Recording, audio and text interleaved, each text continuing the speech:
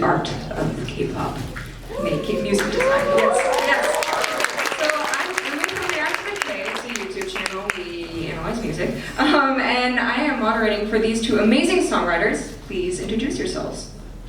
Oh, hi everyone. How are you? I'm Matthew Tischler, songwriter, music producer from Canada. Born and raised in Toronto, moved to Los Angeles 5 years ago, and here I am. My name is Andreas. I'm originally from Sweden. Hey, Sverige! Yeah. And I started out as a musician, as a guitar player, and then over time I switched and became more of a songwriter, producer, and here I am today. So I'm very excited to be here.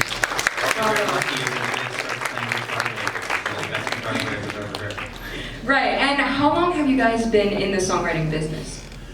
Well, I wrote my first song when I was 14. I was in a band and we needed songs to play, and then we realized that it was a thing. You could just make up songs and play them. So I thought that was kind of an interesting idea. So I started studying up on some of the great pop writers like Elton John and the Beatles, and just started making stuff up. And the rest is history. Yeah, and I started playing instruments like guitar, piano, other instruments too, and I wrote some songs, like instrumental songs. A lot of it was like jazz and blues and funk and fusion, and not very pop at all. But then over time, I started pretty late as a songwriter, like full time. In 2011, I actually decided now I want to write pop songs. And then since then I've done a bunch, so I worked very intensely for the last couple of years. But so I've been writing instrumental stuff for myself since I was like a teenager, and then the last couple of years I've been going for the pop songs, and especially then for the Asian market, like Korea and Japan. Nice, and I'm curious, do you have to know an instrument to write songs? And also, what are the instruments that you guys know how to play?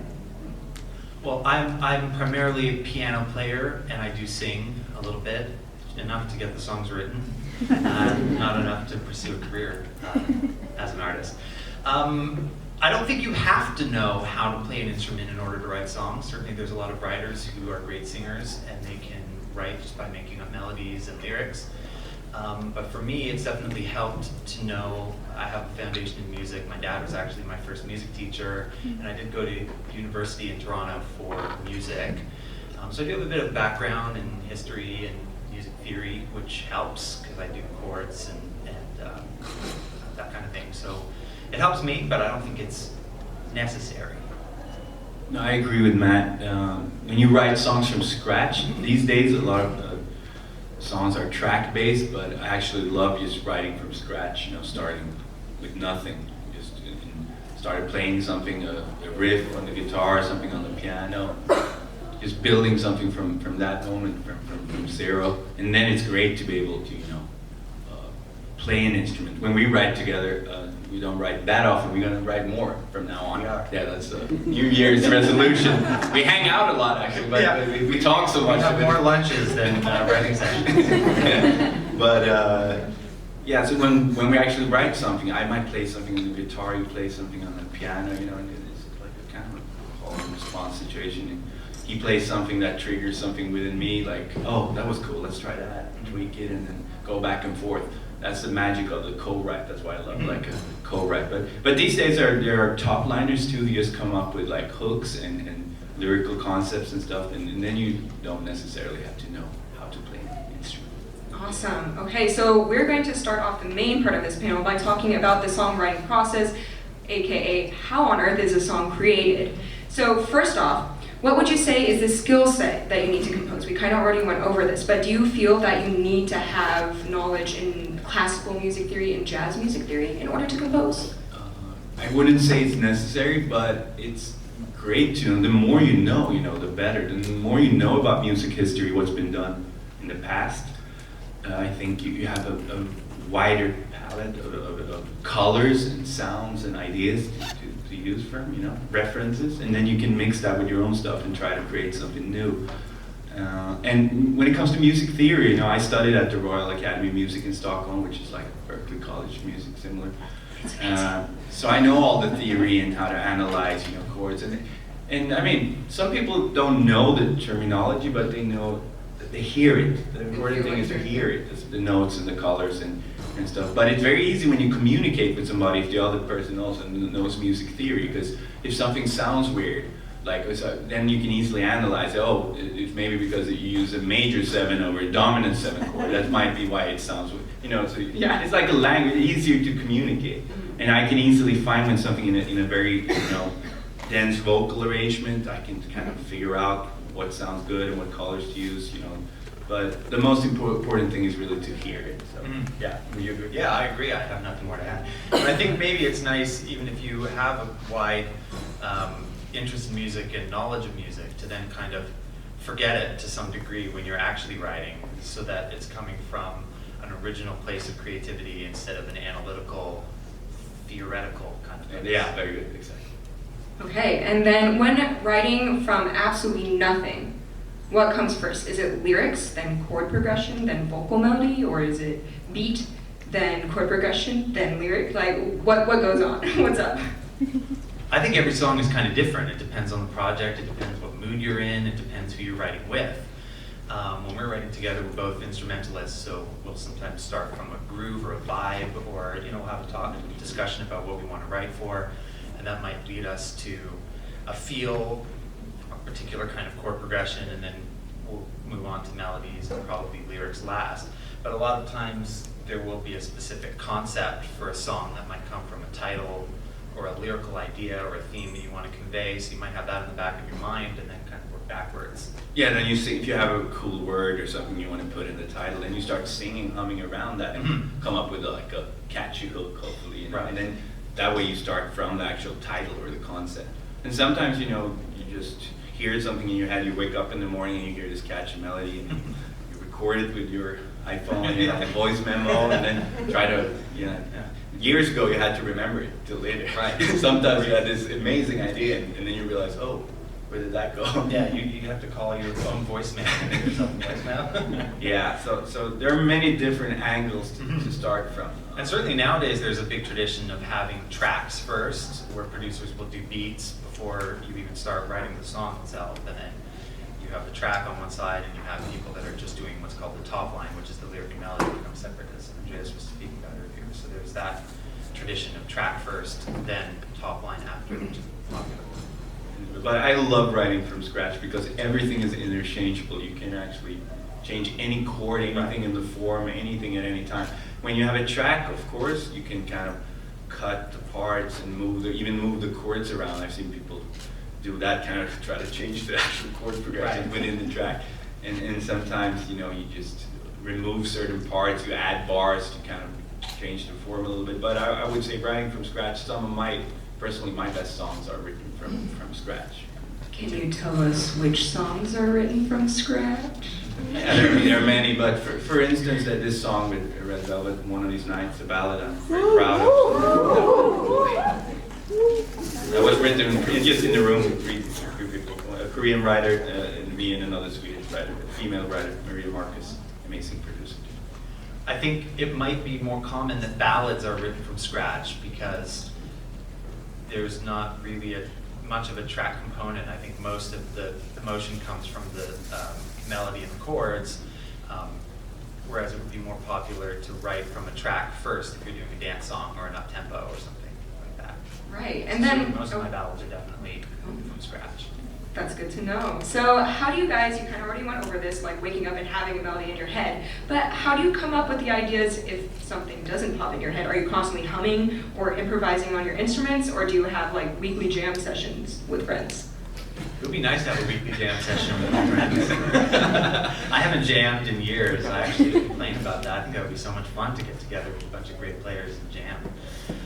There's some degree of, that's where the craft kicks in, I think. If you're having a day where you're not feeling particularly inspired, there are tricks to kind of jumpstart ideas. Maybe you do start improvising or noodling around on your instrument, or you'll listen to music that inspires you, and it triggers a new way of how to try something different. As I see it, there are always melodies floating around out there. You just gotta try to kind of tap into the flow somehow. Right. And I hear melodies all the time. Some might be amazing, some might be more average, some I don't know. You know, I hear melodies all the time, and I just try to then turn that into something, like into a song, into a chorus, into a pre-chorus, into a verse. But especially in K-pop, it's very important with the actual hooks, with the choruses, because that's like what people remember and what the fans want to sing along with and stuff. So I'm very focused on getting a good A and B chorus, like to write it. But we can talk more about that. And I'm curious, how do you guys get your songs sung by the K-pop groups? Do you write a song and have a portfolio, and then companies reach out to you and choose from the portfolio? Or do they reach out to you first and then say, we want a song with this genre and this concept, go write a song? I think it's a little bit of both. I think there's certainly times when you write a song, you have a writing date set up with a friend, and you write something, and then you take it around and you show it to the labels and managers and artists that you know. But I think perhaps now it's more common to get a brief or a lead from a label. That way they can communicate exactly what they're looking for, and you can kind of write something specifically for that artist and really get into trying to communicate what it is they want to say, and it becomes more of a collaboration between you and the label and that particular artist. Yeah, there's so many labels, so many artists, you know, in Asia, so Right. there's like a lead every day to write for, basically. Right. In a variety of styles, and that's the interesting thing, that one day they might ask for, oh, we want a bossa nova, the next day we want a jazzy Christmas song, we want a trap song, we want this, we want a breakbeat rock song, you know. So the artists, they display, you know, many different genres, not just one. Like, so they want to show different sides. Like, if there's a single with like an A side and a B side, the A side could be like a very heavy trap song, and then the B side could be something more light and like romantic and stuff. So I think there are more leads than we have time to write. But it's inspiring, and I love doing these label camps. I was just doing a label camp with SM Entertainment in Korea for 2 weeks. I was there. It was the 10th time I did a camp with them. And then I invite writers. Matt, you do the same. Mm-hmm. You know, your own camps over there, and you invite your favorite writers. You get leads, and the A&Rs are very involved. They come in and they give you feedback and ideas. They tell you what they want, if they want something changed, and the songs become very tailor-made. Mm-hmm. I mean, if we send out a song, we make a song for a lead. Of course, hopefully we know what we're doing, and we might be able to do something great that gets placed. But when you do these camps, the songs are so tailor-made. Like, and I also think that labels, they feel they're part of the song, Right. too. So it becomes like we did this together. Right, it's something completely original that only they have in that moment for that artist. Right, and for people who don't know what an A&R is, do you mind explaining? An A&R in America stands for Artist and Repertoire, which is the person at a record label who's responsible for overseeing an artist and the songs that they record. So they're very involved in maybe creating a vision for the album, in collaboration with the artist, and figuring out exactly what songs they're going to record. And some of the A&Rs that work for the labels in Korea, they're very knowledgeable. Some of them have perfect pitch.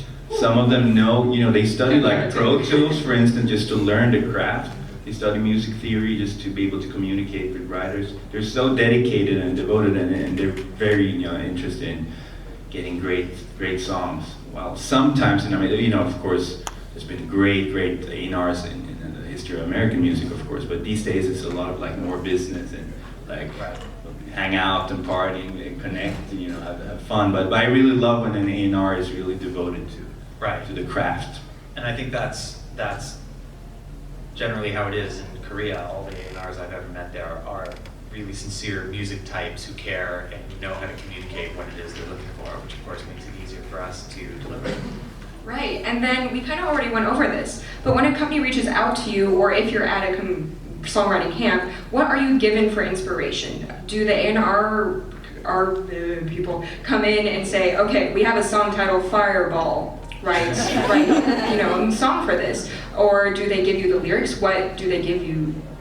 Most of the time it's like a reference video or something. Like, for instance, if there's a song on Billboard Top 40, they might say, we like this kind of track vibe, but we want the melodies a little bit more like this video, and we want the choreography to work a little bit more with this. It could be like a mishmash of like 3, Right. 4 videos, and then you gotta try to Do the math and figure out exactly what that sounds like.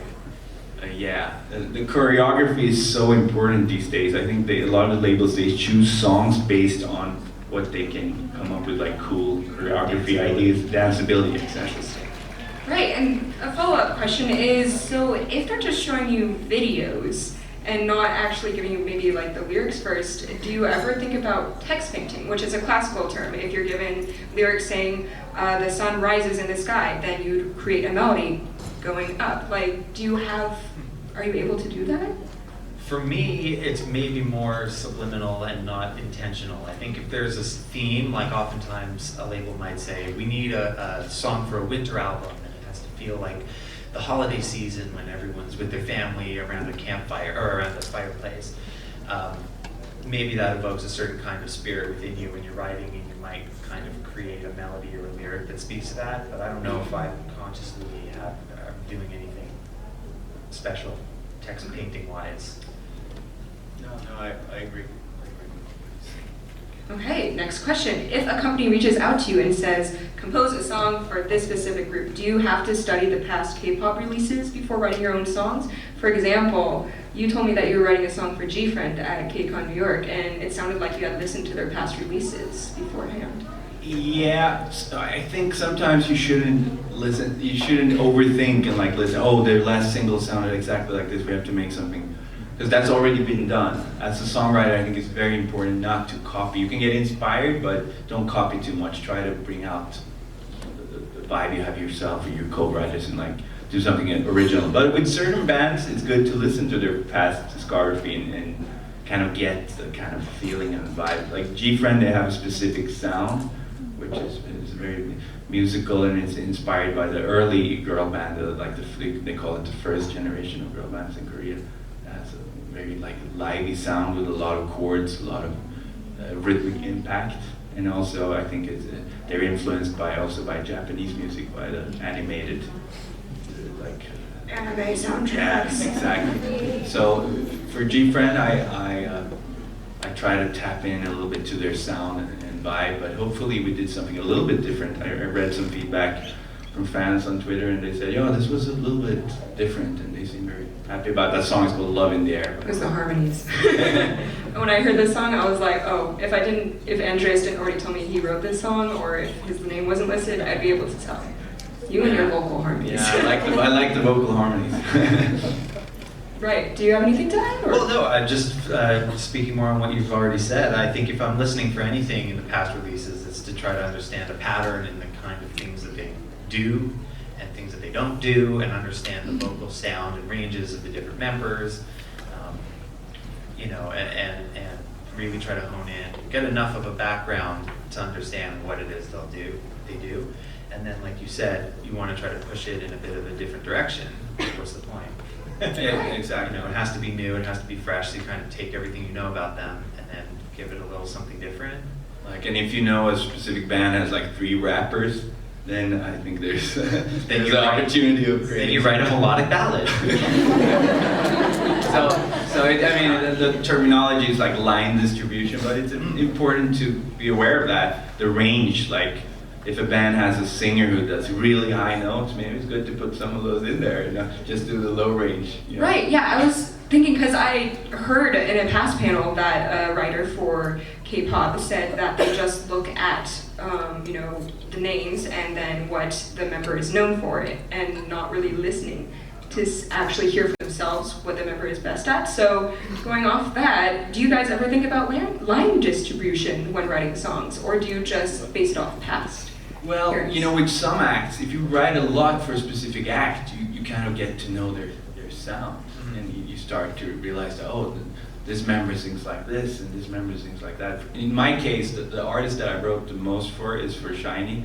I did 13 songs for the band and 3 for the solo projects. So that's a very special group to me, and I really like their sound, and I think I know a lot about their voices and their register. Who's best at high notes? Who do you get high notes? Oh, I have nothing more to add. Oh, okay. All right. I was just listening. I was just learning. I was just taking notes. So when composing a full album, what kind of songs are important to feature? Like a wide variety of different genres, or in what order would you think is best to put them in? Well, I don't know that I've ever personally co-written an entire album for a particular artist, but certainly as a fan, when I'm listening back to an entire album, I want to hear some variety. Certainly there's a theme, there's usually an overarching concept and a vibe that's trying to be conveyed. But I like to hear a blend of up-tempos and some ballads, and certainly I like as you keep getting further and further down the track list, if you start peeling back the onion layers of what's going on for that artist, you can kind of get into some more interesting musical sounds as the album progresses. Yeah, like the order of the songs, that's really important, like how you structure an album. These days in the Western world, it's a lot of single releases, like just singles. So I think that kind of listening experience to an album is something really cool, and I'm glad that still exists. I agree. In Asia, because I remember, like the LP and the CDs, and back in the day when we were younger and we were listening to a lot of music, and like building our knowledge and our careers, and then it was such an important thing, I think, to listen through an entire album and not just listen to, because these days it's fast forward culture. It's like, 5 seconds of this song, this hook is boring, next, swipe left, swipe right, You sit down for an hour to listen to an actual album, like maybe not an hour, but 30, 40 minutes, the length of most albums, to just listen from the start to the end. I think that's something that has gotten a little bit lost lately. So I'm glad there are still albums, and our albums are still selling. Fantastic. Amen. Yes. Okay, so we have a question from TK Gray on Twitter. In an ideal world, who would receive more adoration in K-pop? The singers or the songwriters? Gotta be the singers. Gotta be the singers. We're here to serve them and use our skills in a way to make them be their best. So yeah, it's nice to have if people say that your songs have meant something to them. That of course is special to me, but I'm not doing it to be in the spotlight. So I'm consciously trying not to be in the spotlight. That's why this is a little bit strange. Yeah, I totally agree. I agree with you, Matt, and I think that sometimes, when you go to a live concert and you read feedback from fans, it could be positive, it could be negative, we get both, of course. But you realize that day or that moment or that second, that minute, you actually created the soundtrack of somebody's life, and I think that's a cool way of looking at it. That day, or when they went to that concert, that those fans, that it meant something to them. And I think that, of course, the artists, those are like the main. They're bringing out their skills, their vocals, their artistry, their dance moves and everything, and we try our best to provide them with great material. Right. To follow that up, talking about the reactions from your audience. So do you guys go and look to see how fans are reacting to your songs, or does it hurt when people are like, "Oh, that sucks," or do you like it when there's mixed reactions? I do look because I am curious genuinely to know how things are performing and how people are reacting to them. I want to know if we did the job right or if we maybe missed a little bit, and maybe it does not feel so good if people are hating on your songs, but I think I tend to use it as a learning experience and figure out maybe how to speak to that audience better on the next one. Yeah, it's a constant, learning curve. We learn every day, and hopefully we get better. And I like to search, for instance, on Twitter, that search function. You can search for song titles, and then you can see all the tweets, about that song. And of course, positive, negative. You can see what kind of impact it had on the listener. Right. And kind of different subject, but do you have any predictions on possible ways that K-pop music will evolve to next? Well, I think we're already seeing the trends that the worlds are coming more together, the Western world and the Eastern world coming together, and we will see more collaborations. And hopefully we will see collaborations between the biggest artists in the West, to see Justin Bieber or Rihanna or these kind of artists collaborate with Asian acts. Hopefully in the future, that could be really cool. Yeah, I took the words right out of my mouth. Awesome. And then from Fritzi Virante, they asked, pop music in general thrives on repetition and loops. How does production prevent these segments of music from becoming too repetitive? Like, how do you guys tweak the parts in each section in order to keep our attention? Well, I think for loop-based music, there's generally a lot of layers, so you can kind of create different sections by taking elements out and adding elements back in, and it kind of creates the sense that things are changing. Certainly, I mean, I tend to not do a lot of track-based music. My songs tend to be more composed with different chords and different sounding structures. But certainly, I've done loop-based music, and that's what I would do. I would just constantly be pulling an element out or adding something new in. And I mean, K-pop is known for having a lot of different things going on within a song, you know. Could be a verse that comes first, like a catchy melody, then a verse hook, then a pre-chorus that could be more melodic, when the chords can go a little bit more slick, and then the A hook, and then the post hook, and so, and it could be very like fancy terms. kind of advanced and sudden switch ups too, production wise, melody wise. Like for a listener who's not used to K-pop, they could say something like, "Wow, this sounds like 3-4 different songs." Right. That's a common reaction. But I also think that's what makes it cool, that you can, Right. you don't have to hold back. You can go wild with your imagination and do crazy things and mix genres, and yeah, that's why we love working with this in this world of music. Awesome. Okay, now we're going to move on to the part of the panel that most of you guys are probably excited for. We're going to talk about the songs that these two have written. But before I make them break out their like phone and instrument, what are your top 3 favorite songs you have written? That's such a tough question. I don't even know how to answer that because they're all great. Just kidding. I honestly don't think I have a favorite. I think I'm neutral about them all. There's certainly elements of things that I'm proud of, and every now and again when I hear one, I'll be like, oh, that was a cool thing that we did. I'm happy about that. But I don't think I could name one that is my favorite, or the 3 that are my favorite. No, I agree with you, and since we write a lot of songs, and you know, only speak for myself, and I said that, like, I'm so into the latest song I've done. Like, every new song I try to make like as good as possible and really put my heart and soul into it. And then when that's done, I focus kind of on the next one. But of course, there are songs in our discography, you know, like that we are proud of and that we remember. And for me, like that One of These Nights is one of those songs I always be proud of, that I was part of creating. Right. And sorry, this isn't written down. I'm going on this side. Do you have a song that you have like the most fun writing with someone else? Like the process, like the...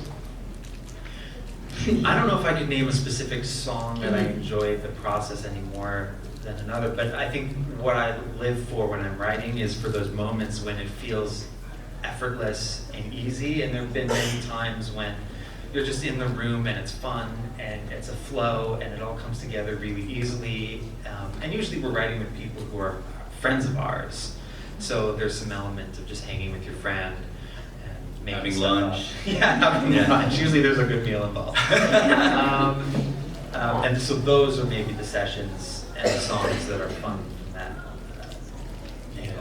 Yeah, these days personally, I just work with people who are also friends of mine. I mean, there are a lot of great writers, but most of the time I just work with people that we know each other, you know, we have a good time, we laugh, we joke around, we create great music, and then if nothing comes out, I mean, if the song never comes out, at least I have had a great day, you know, with friends. Right, but sometimes don't you write with a Korean artist? Yeah, of course. Sometimes, especially at camps and stuff, the writing camps, you can get kind of connected just to new people, and sometimes you get recommended that you should try this voice, you should try.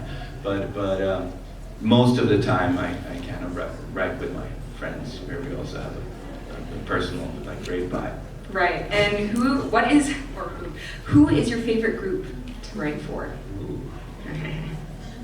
Yeah, personally, I can start. I gotta say Shiny, because I've done so many songs for them, so I feel that you have that kind of connection with their interpretation of kind of my ideas on all of those songs. And hopefully there will be more in the future. Yeah. I for the same reason, I feel a particular kinship with EXO. I I've done a couple of their winter ballad songs that I think we're going to talk about. And I don't know, I feel like I understand them, at least at that time of the year. Yeah. Danceability, let's put it that way. And KCON as well. I feel we've done a lot of songs together, and I always love how they come out. So I look forward to those collaborations. Fantastic. Then, have you guys actually written with a K-pop artist to produce for them? And if so, who was your favorite one to like actually collaborate with? On my most recent camp in Korea, I rode with Yoongun, who I'm forgetting what group he was from. He's a very famous I artist recognize from his the name. 90s. And Does we wrote anyone- a song. No. Yoongun? Yes. Yoongun. Does anyone know a Yoongun? Going once, going twice. No. He was no, he was wonderful and really great to work with. And the song we wrote together ended up being recorded by Shine. It's called Sun and Rain on their most recent album. And sometimes at these SM camps, they invite artists, and sometimes artists outside of the label to to create music for their label and for their artist. And I had a bunch of great co-writes with Amber from FX in Seoul, with Eric Nam, with Henry from the former member of Super Junior, and with Shiwon from Super Junior. And I'm very proud that I got to write 2 songs in the room with Boa, President Boa. And she was a very good writer. And both of those songs came out on her album a few years ago. Fantastic. There are many times, in fact, most times, many times, an artist will participate in some part of the song.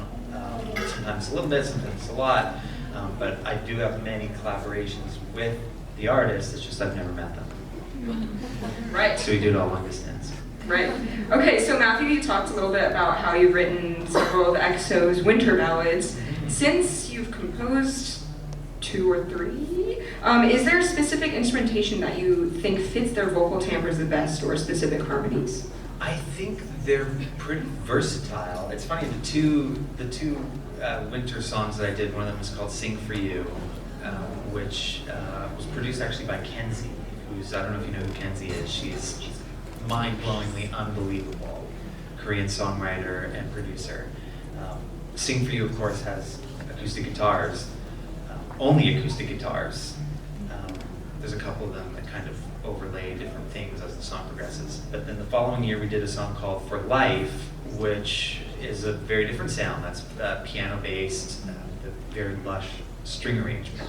So I think EXO's voices can kind of stand up to any kind of instrumentation, really. Right, and you compose Stronger, Yeah. their ballad Stronger. But I'm curious, do you guys think, is there like a favorite background instrumentation that you like with their voices? Piano, strings, or guitar? I don't know, when we created Stronger, we just try to make a very sparse, like only piano, and a little bit of synth bass at the end, but we made a bigger kind of vocal arrangement, so we really tried to make the voices shine. Okay. Like, So I guess in all cases, it's to let the voices shine. Okay, so I'd like to dive into specifically your 2 songs, Sing For You and For Life. First of all, Sing For You, the instrumentation, like you said, is just guitar, and yet it's so captivating. Yeah. What made you decide to use this sparse instrumentation and vocal harmonies, because those don't come in much?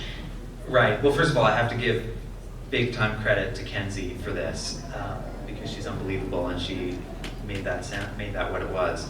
But I think the secret to it, and listening back, the guitar is constantly changing. There's, if we're being specific about guitar parts, there's a lot of fingerpick stuff, and then it'll change for the chorus, and suddenly, or when it goes into the Sing For You, they start going into the strumming, and then there's just swipes, guitar swipes. So the parts are always changing, and there's a lot of play with dynamics and density. So even the verses will start kind of more intimate, and then by the time the chorus happens, even though it's still just the same 2 guitars, there's this invisible fullness that happens. And I think the biggest secret to it is the vocal performances. They're so emotional, and I'm embarrassed to say I'm not even sure what the lyrical content is, but it almost doesn't matter because I'm roped in by this vocal delivery that just keeps me on the hook at every turn. Right. Do you think it was the fact that the instrumentation kept changing up, or the vocals that kept the song developing and kept our I think attention? it's probably both. I Mhm. think it's probably both. From a compositional perspective, there's a lot of sections to that song. Mhm. And we have at least 4 sections, maybe even 5 if you include the bridge. But there's like the verse, then there's the pre, then there's the chorus, then there's the sing for you thing. So there's a lot of parts, and I think the instrumentation helps, and I think the vocal delivery does a lot of the work. It's a bundle of amazingness. And in case you guys don't know this, the labels ask for the demos in English most of the time, in like 95% of the cases. So we write it in English, and then they might change the lyrical content. They might keep some of it, but it's different. But mainly the demos are always basically made in English. Even when there are Korean writers in the room, they want to hear it in English, like when they choose the Interesting. song. Very Maybe to make sure the melodies are strong enough in a different language. Yeah. Maybe so. Yeah, maybe it makes it like neutral, like you're not swayed by the lyrical content. You're just hearing the best melodies possible. Probably. Which works for us who can't understand Korean. So this, make sure you remember what he said, and if someone comes up to you and says, "So why do you listen to K-pop when you can't understand it?" Just say what they said. Music. It's the language of music. Yeah. Okay, so your composition for Life, the song has much thicker instrumentation with piano and strings. How did you approach writing this song differently than Sing For You? That one, that For Life was written at a camp for SM Entertainment in Korea, and that was written with my friend Aaron Benward, who's an American songwriter. We traveled together to Korea for our camps, and we co-wrote that with Kenzie as well, who of course is based in Korea. So that one was written at a camp specifically for EXO's winter project, and we had that in mind, and they knew they had asked us to write something that would evoke that spirit of the holiday time, but it's not a Christmas song. It's just that time of year when it's December and you want to be near your family and your friends. And, so whereas Sing For You was written in LA, also with Aaron Benward and my good friend Felicia Barton, and later participated with Kenzie. But that was a song that was not written for a winter project in mind, and was later adapted into a winter project. So maybe that's how they're different. Cool. That was a really long, rambly answer. I'm very sorry. We appreciate it. Okay, next, Andreas, you recently-ish composed Vix's Scientist. So did you get the lyrics? Scientist, not scientist. Yes, Scientist. not scientist. It's a made-up word. Scientist. Did you get the lyrics before writing the vocal melody? Well, in this case, it was a track that was sent to me from a friend in Korea, JK, a great producer. He did this track with his friend, and he sent it over to me, and I worked with another writer, top liner, Drew, and we created a top line. So our concept, the original title wasn't the sex, no, it was called Love Serum, but we had a kind of similar kind of concept. Okay. So when they when they chose the song and they developed their own concept and wrote, translated parts of it and did their own lyrics, I think they were inspired by what we did, and then they took it a little bit further and switched it up a little bit and developed the concept into something unique for Vix. Yeah, very interesting. And also, I'm curious about why do some songwriters, mostly you, write vocal harmonies at the ends of phrases? So let's say da da da da da da, but on the da is only where like a bunch of other voices would come in. I'm seeing that a lot. Yeah, in pop that's music. something I like doing. Instead of just following always the same, like the melody with the harmony going all the way, I think you get more impact if you pick specific spots, where you kind of can do a big stack of certain words to get that kind of impact. And when it comes to vocal arrangement, I don't like when it's going too much like parallel, that you move all the harmonies the same way. I like individual harmonies, individual lines where one of them might move along one or two, and then one might stay on one note. One might do like a little bit of a counter movement. If the melody is going up, the harmony might go down, and vice versa. And no, I think it's an art form of itself, the vocal arrangement, and I like to listen a lot to vocal arrangements from American artists from the 90s, from that R&B era, like Brandy and the artists like that. Those were really amazing vocal arrangements, with counter melodies and lines that go in between. And yeah, so that inspires me a lot. Fantastic. Okay, Matthew, you helped songwrite BTS's Dimple. So this is actually one of the more upbeat songs that you've been a part of. What part of the song did you write? Well, that was a song that I started with my friend Allison Kaplan in LA, who's a great writer. And we came up with chords and a lot of melodies, and we had some lyrical ideas. And then I pulled in another friend of mine who goes by Crash Code, who's an amazing producer. We co-produced that track. And then, of course, we involved the BTS team pretty early. They heard it very early on, and Rap Monster came in and did some incredible things. So I worked on a little bit of everything, and certainly Rap Monster did some really cool things. Right, so to work with RM, did you have to fly to Korea, or when he was in LA? I have never met Rap Monster. I'd have to pay for a meet and greet ticket. All right. But I think that's kind of cool. I think I mean, of course, I'd love to meet all these artists and hang out and be friends, and I'd have some wonderful stories to share, I'm sure. But I think there's something kind of cool in the power of long-distance collaboration. And maybe it's because I was born in Canada and I lived there for so long, and I would collaborate with American friends across the border. But I think, the technology is so powerful these days, and the internet, you don't need to be in person anymore. It's certainly fun and it's cool, but there's like a little secret in the back of my mind where it's like, oh, it's kind of cool. We made this together without ever seeing each other's face. Right. I don't even know if he knows what I look like. I am. But he knows you helped.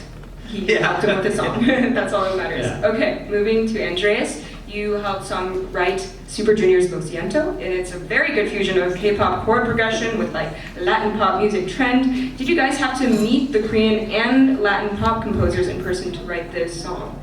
Yeah, this song has an interesting story. It started last summer at one of the SM camps. It was a camp I did together with Obi Klein, a great producer from Denmark, and Charlie Taft, who you might know. She's also an artist, great top-liner singer from the UK, now living in Denmark. And the SM staff, the A&Rs, they were talking about the global impact of Despacito that was happening right there and then. And they said, we would really want to make something for our artists, something a little bit, different, a little bit more K-pop-ish with chords, but also, having that kind of Latin reggaeton kind of vibe.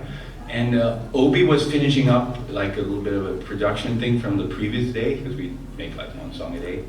And we were out in like the kind of the lunch room or the meeting room. Me and Charlie, we were sitting, and then I brought up the guitar, and I have another one here, but then I kind of started playing something like this.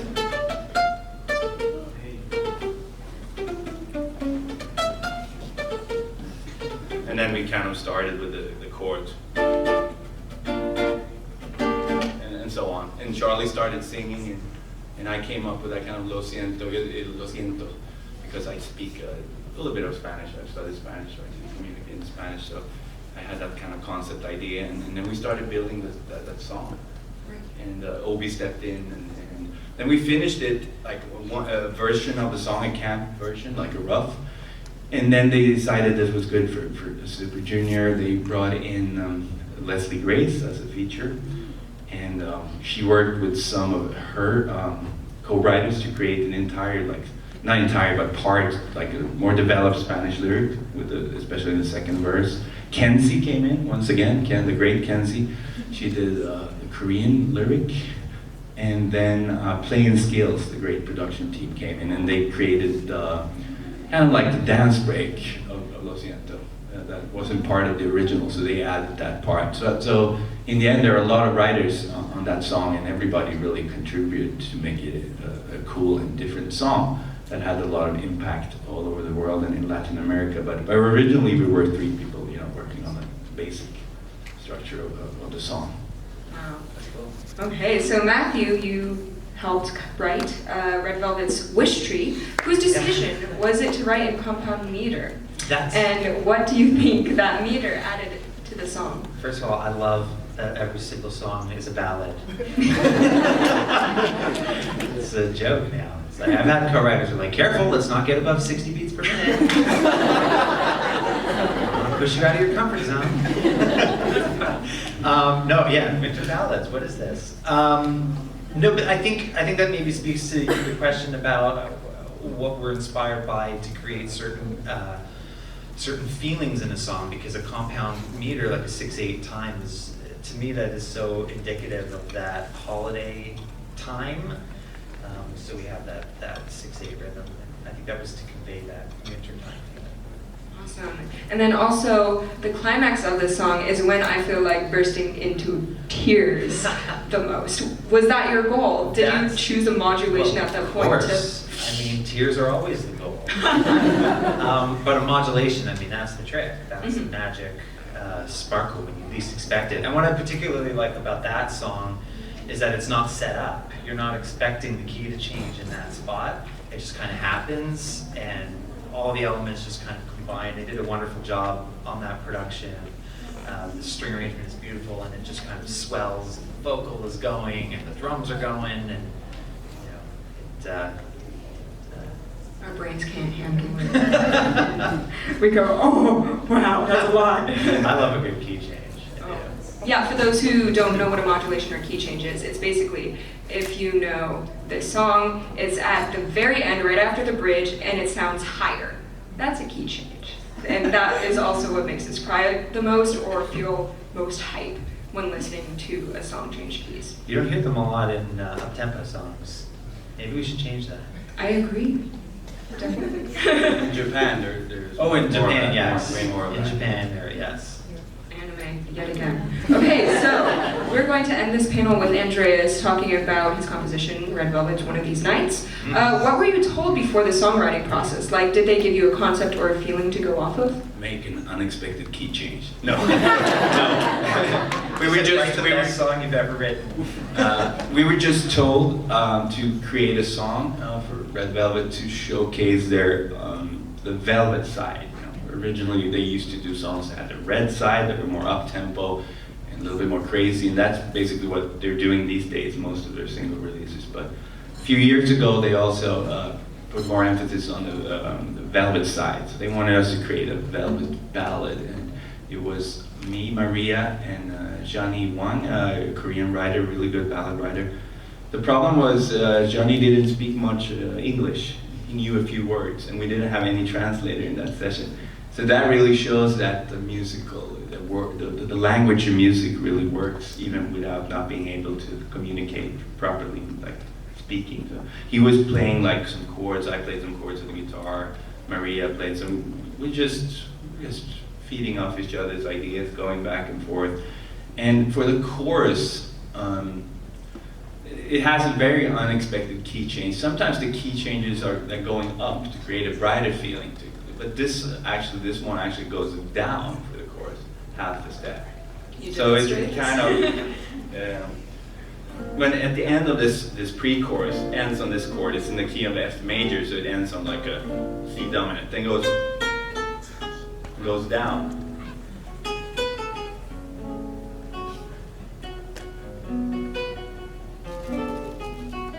So it goes from this key, instead of, it goes like down, and it starts on the subdominant chord, if you know the music theory. In the key of E major, it starts on A major. So it has that kind of a very unexpected key change. Like you think it's going to go here, like, but instead it goes down. So.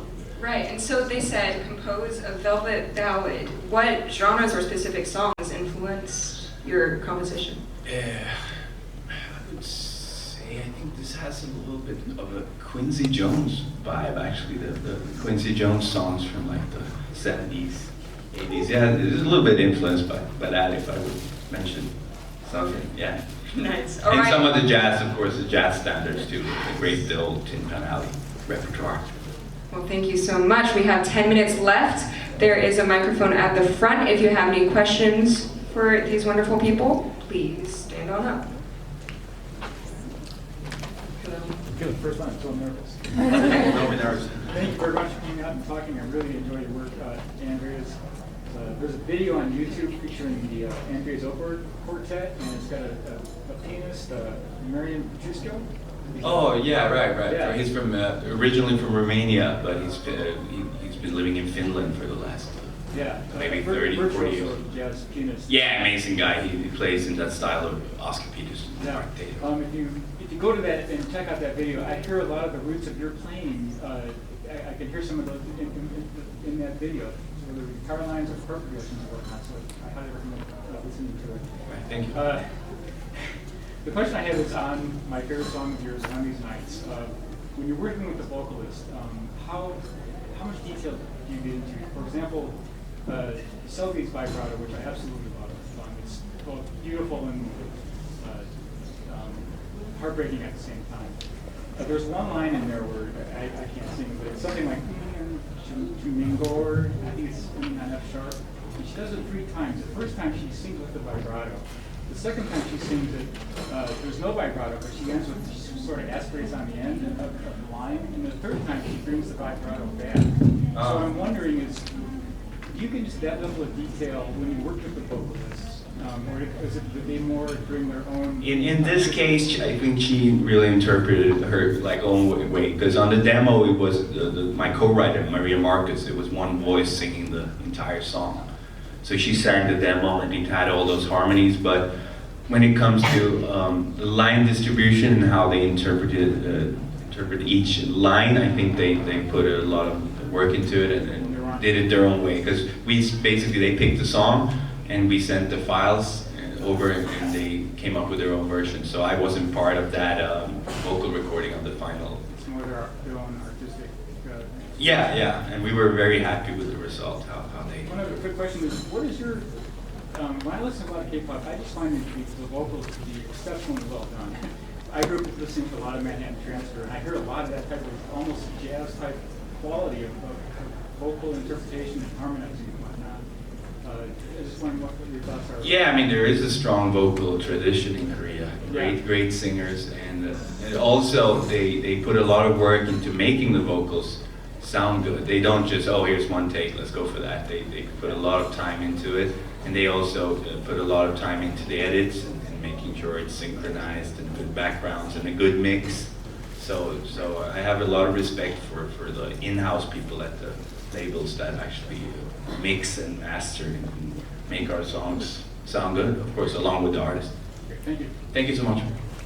Hello, if you could just speak really closely to the microphone, that'd be great.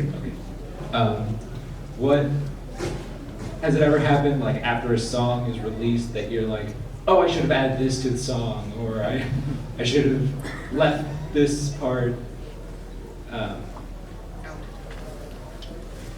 Every song. No, I'm kidding. I think there's certainly songs where it never really feels done. At some point, you just have to start sharing it with people. But I think there's definitely been times I can't think of them, so don't ask me. But I know I've had that feeling where I'll listen back to something more so in production, where I'd be like, oh, I wish I maybe had tweaked something a little longer, or done something different, or lifted that section a little more.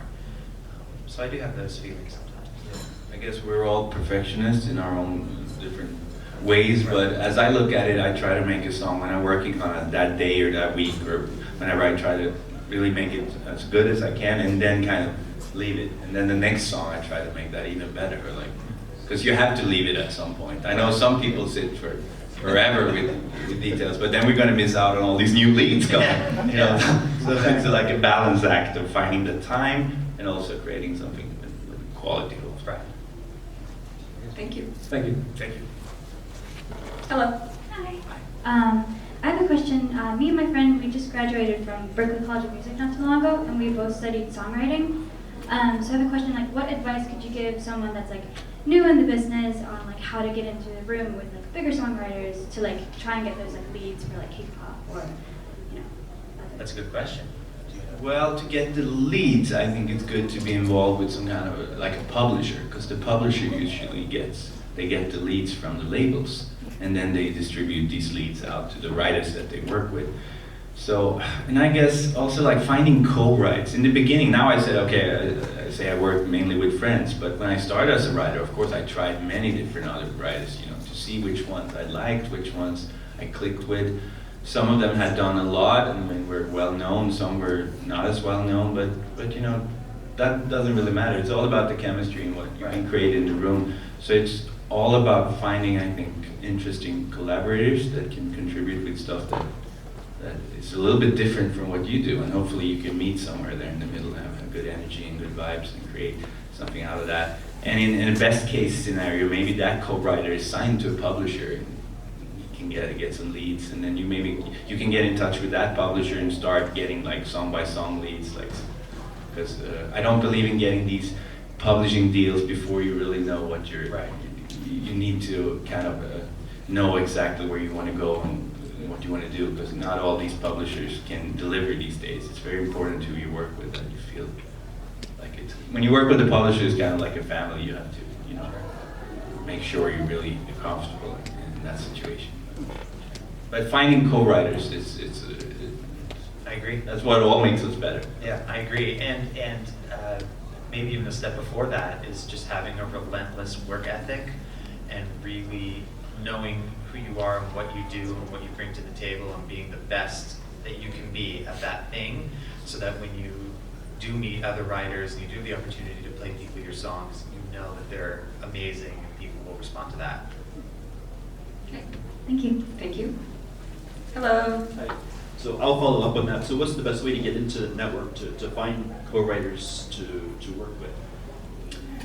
I don't know. That's the toughest question, because I don't think there's like a Social media? Maybe.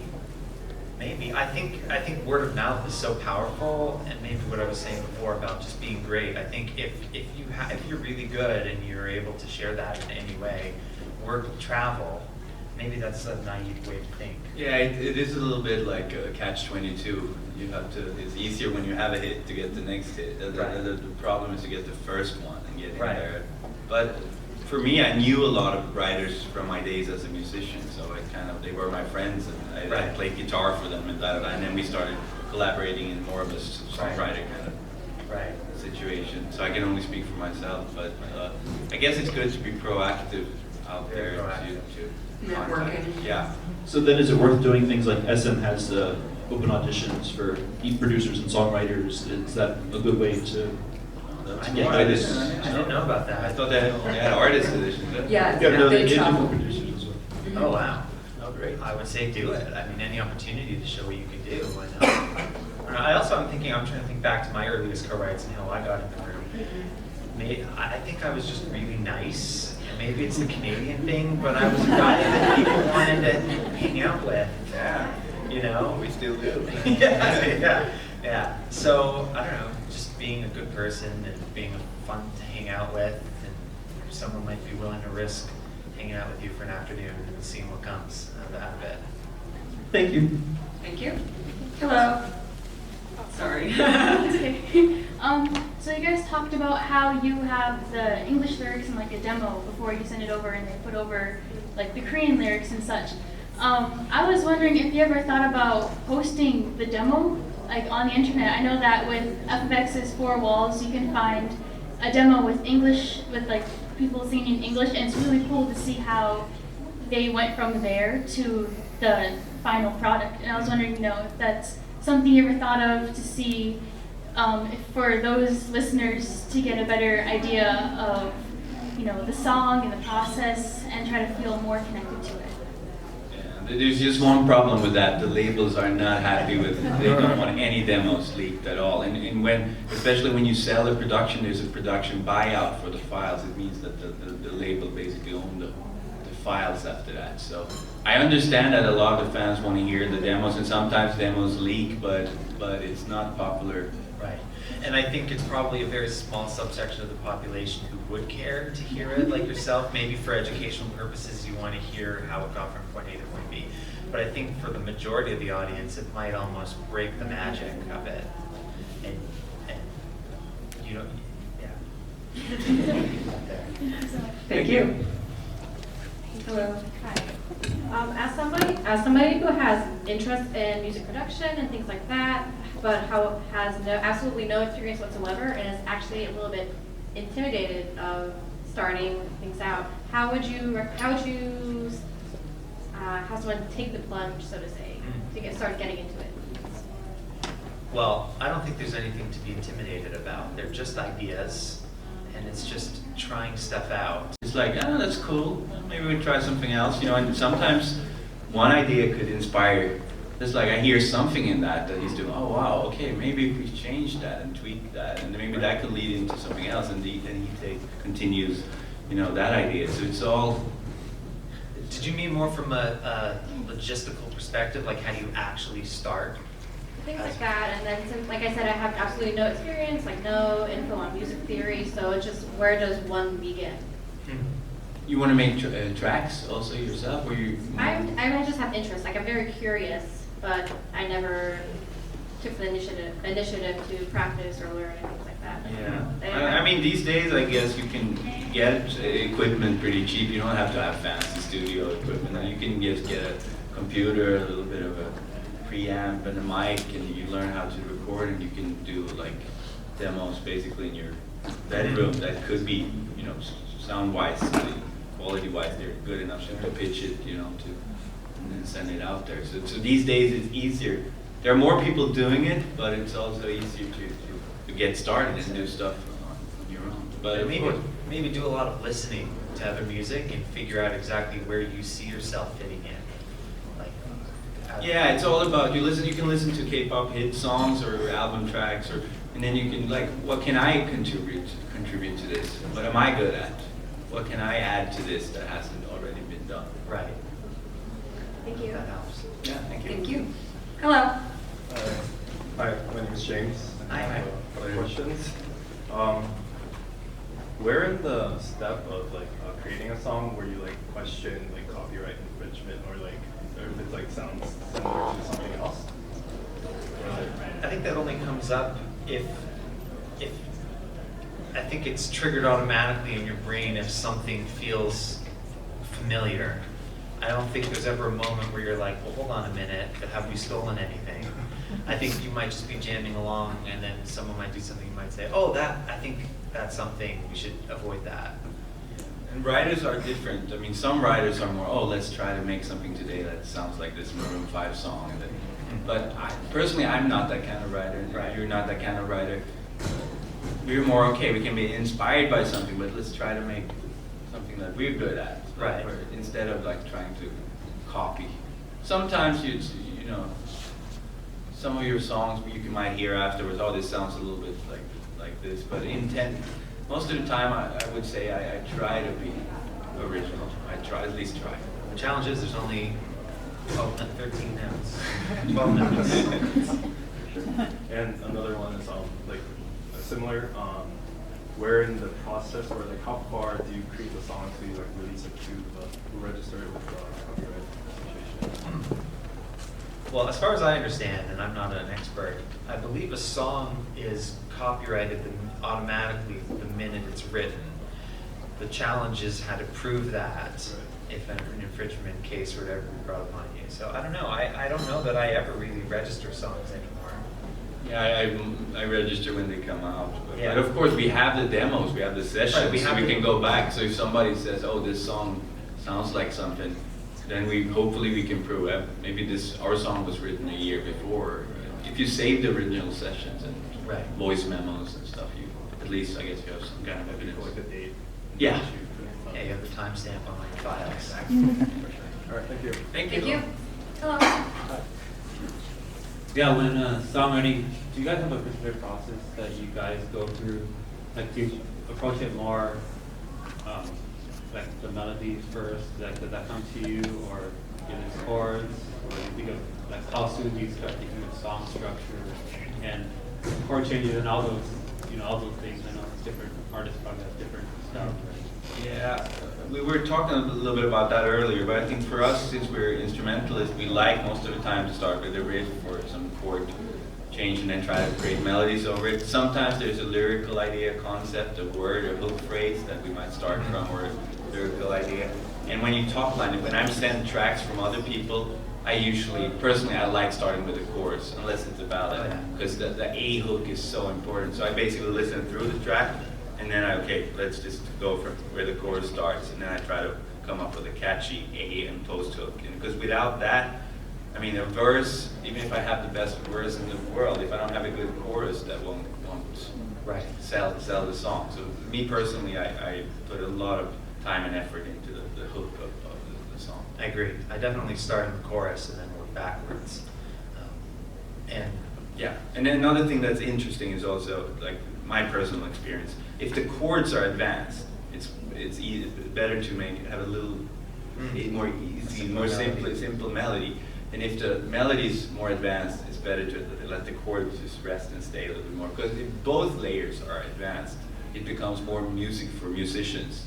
Of course, which is great too. I did jazz, I've been doing that most of my life. But if you want to reach out to the general audience, it's a balance act. If one layer is very advanced, there should be another layer that's a little bit more simplified and easier to follow, just from my own experience. I agree with that. So I guess what seems to me, and I've thought about that too. It's like you want to, or at least the balance of that. You want enough where it's something that you can follow along or easily connect with, but at the same time you need enough interest so that it's not, oh, I'm bored of it now. You need to surprise, like with the key changes, something Exactly. like that. Exactly. It's understandable, but then somewhere along the way you get something you hook. Right. Well, that's the secret. That's the magic in trying to find that balance and do something that's singable and familiar, yet also fresh and surprising and memorable. Yeah. Okay, thank you very much. Thank you. Hello. Hello, my name is Alan. I myself am an aspiring producer for music. Like I want to start making music as like a career, just become a singer, a musician, singer-songwriter. And I'm just curious about like what made you guys think, oh, this is what I want to do for a career, like your early days. For me, I think it happened because I knew very early on that I did not want to be in the spotlight. I felt that was just too stressful for me. There's so much other stuff that has to go on to make that happen that it made me nervous.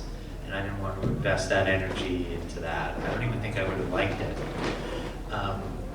But then realizing that there's this job where you can make music and be integral to the process, but you can kind of do it from your house in your sweatpants, that was very appealing.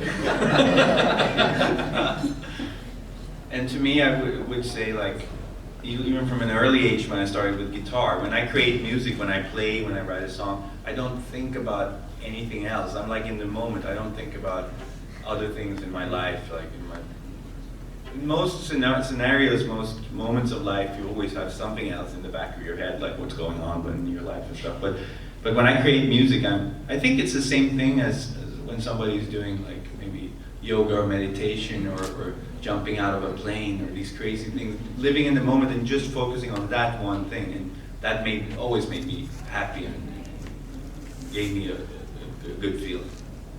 And at what age did you guys start?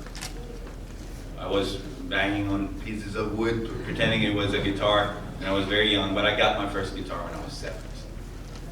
Yeah, for me, I was playing piano at 4 or 5, but then like abandoned it. I like rebelled when I was like 10. I'm like, I'm not doing this anymore. But then I came back around from a more pop angle because I was like, I mentioned my dad was a music teacher, so he taught me all my basic theory and maybe a more classical approach.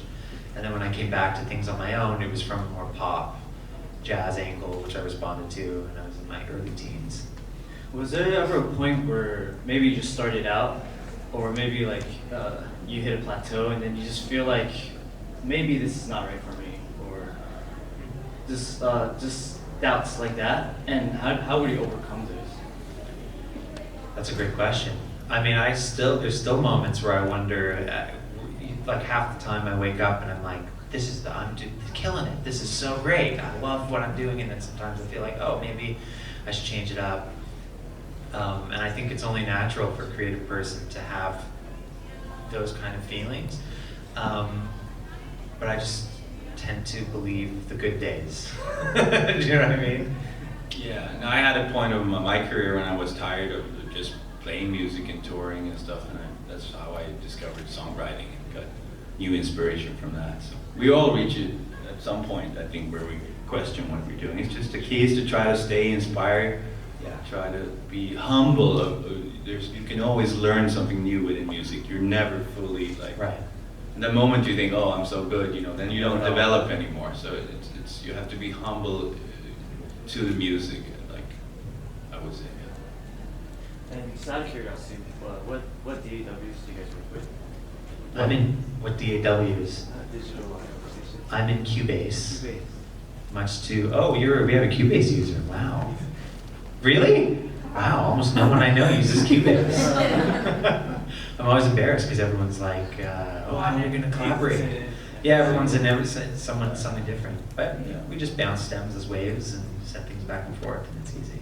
Yeah, and with me and my co-producers, because I don't program that much beats myself. I always like working with somebody because I focus on the musical layers of the bass line. But I would say Logic in most cases, the people I work with. Sometimes Pro Tools too, especially for vocals, Pro Tools.